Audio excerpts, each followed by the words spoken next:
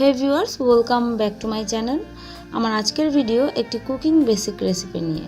আমি আজকে কি করে পারফেক্ট ছানা বানানো যায় তাই দেখাবো। যে কোনো মিষ্টি বানানোর জন্য পারফেক্ট ছানা খুবই ইম্পর্ট্যান্ট। তাই আজকে আমি খুব সহজেই কি করে পারফেক্ট ছানা বানানো যায় তাই দেখাবো। আশা করছি আমার আজকের ভিডিও আপনাদের ভালো লাগবে। ভালো লাগলে আপনার ফ্রেন্ডস অ্যান্ড ফ্যামিলির সাথে শেয়ার করবেন এবং ভিডিও দেখতে দেখতে আমার চ্যানেলটি সাবস্ক্রাইব করে পাশের বেল আইকনটি প্রেস করবেন। প্রথমে আমি একটি প্যানে 1 লিটার ফুল ক্রিম মিল্ক নিয়ে নিয়েছি।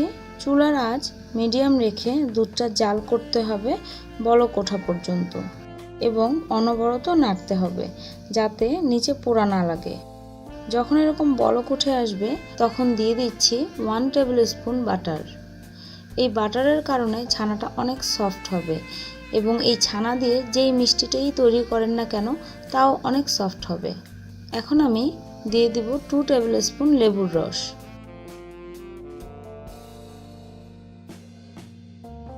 আমি একসঙ্গে পুরোটা মেশাবো না, 2 বারে মেশাবো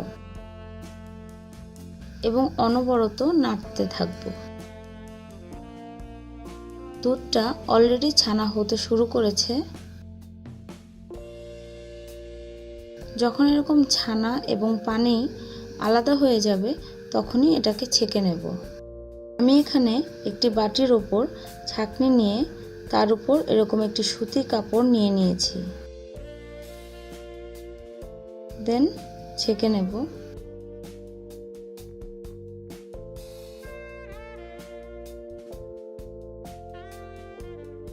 পুরো পানিটা ছেঁকে নেওয়ার পর পরিষ্কার পানি দিয়ে ছানাটা ধুয়ে নেব, এতে করে লেবুর ফ্লেভারটা থাকবে না।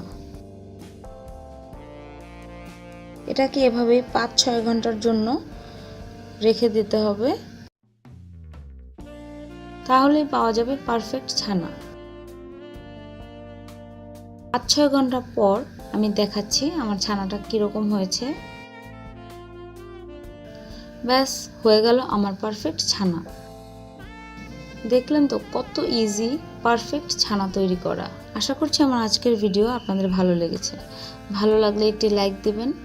ভিডিও রিলেটেড কোনো কোশ্চেন থাকলে আমার কমেন্ট সেকশনে কমেন্ট করে জানাতে পারেন, আমি অবশ্যই অ্যান্সার করব। এবং আরও সিম্পল রেসিপি পেতে আমার চ্যানেলটি সাবস্ক্রাইব করে পাশের বেল আইকনটি প্রেস করবেন। সবাই ভালো থাকবেন, আমাদের জন্য দোয়া করবেন। আল্লাহ হাফেজ।